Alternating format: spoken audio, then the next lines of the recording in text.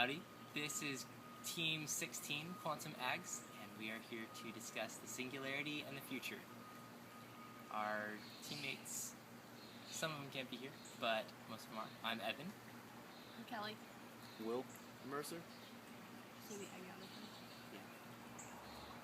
Aggies do not like, cheat or steal, or tolerate those who do. So the singularity, the advent of technology and biology kind of all coming together in a little while.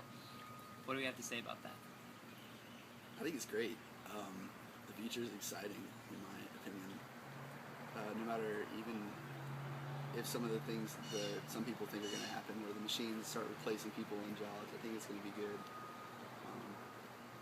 in the long haul. I think the way that we're doing our project is a perfect example of it. And especially it changes education because we were able to rent a camera and plug into your computer to film this. So I mean, it's a perfect example of how it's going to change education in the future and how people communicate.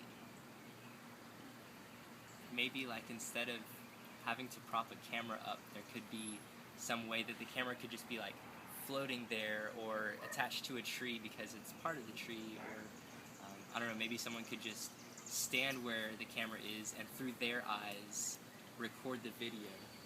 So we wouldn't have to prop it up, we could just stand someone right there and they could record what we have to say. That'd be awesome.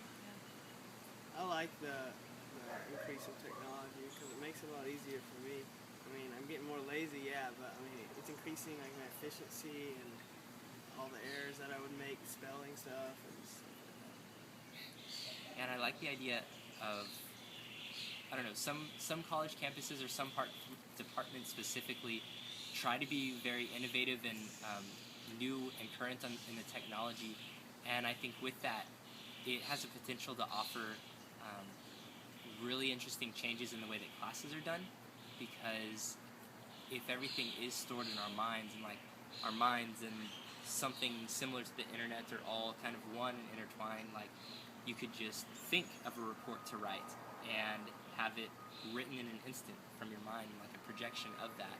And so while you're the author of the piece, you didn't necessarily have to write it.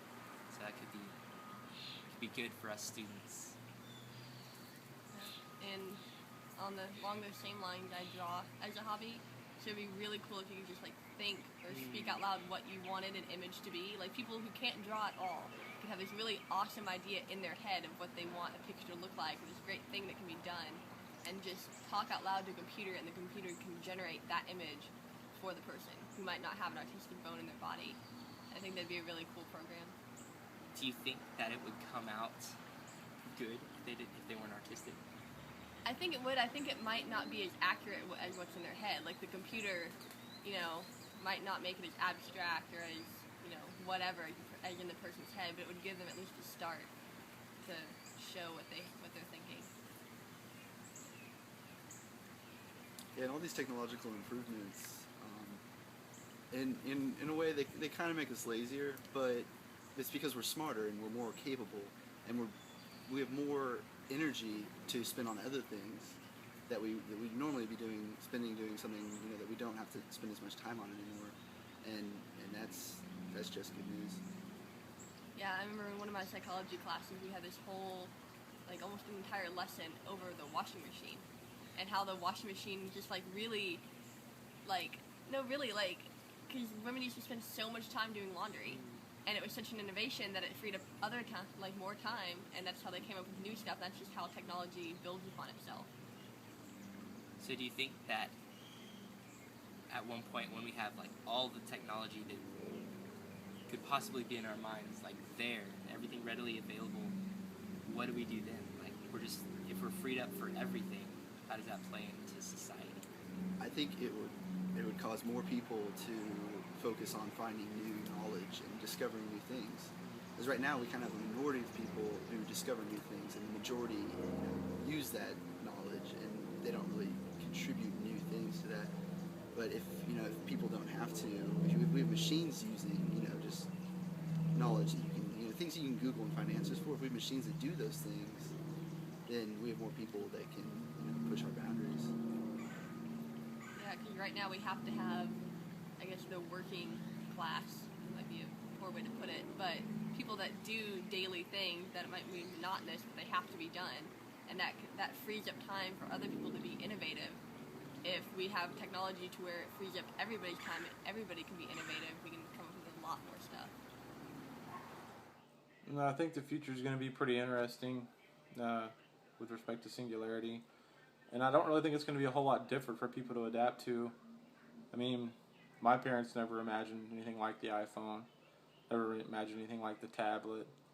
And my parents, I think we're exposed to the realization now that things are going to change with respect, with education and, people actually thinking about it now. Maybe it was the shock factor for people like my parents, who grew up with pen and paper, to kids who grow up now with a tablet and a stylus. It just kind of goes hand in hand. That the world's going to change, and as computers keep getting smarter and people keep getting lazier, things like iPhones and tablets will just be second nature. Everything's going to be online. Your entire life is going to be online, or everything's social networking now, and face-to-face contact is substituted with a Facebook chat, or exchanging of pictures on Facebook. There's no, hey, let's go to somebody's house and see the kids and stuff like that. It's look on Facebook and let's check out their albums. Technology is going to impact everything that way. It's going to make everything a lot I don't know about easier, but a lot more accessible. I guess that's my 2 cents.